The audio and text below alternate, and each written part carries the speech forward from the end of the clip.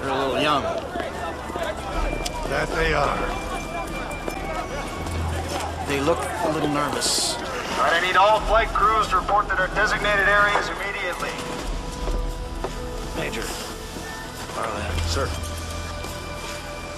Good morning. Good morning. In less than an hour, aircraft from here will join others from around the world. And you will be launching the largest aerial battle in the history of mankind. Mankind, that word should have new meaning for all of us today. We can't be consumed by our petty differences anymore. We will be united in our common interest. Perhaps it's fate that today is the 4th of July, and you will once again be fighting for our freedom. Not from tyranny, oppression, or persecution, but from annihilation.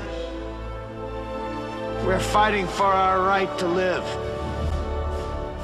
to exist.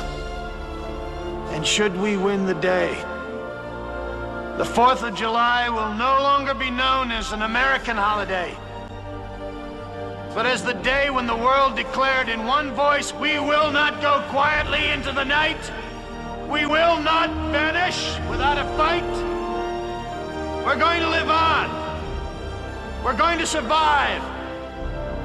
Today, we celebrate our Independence Day.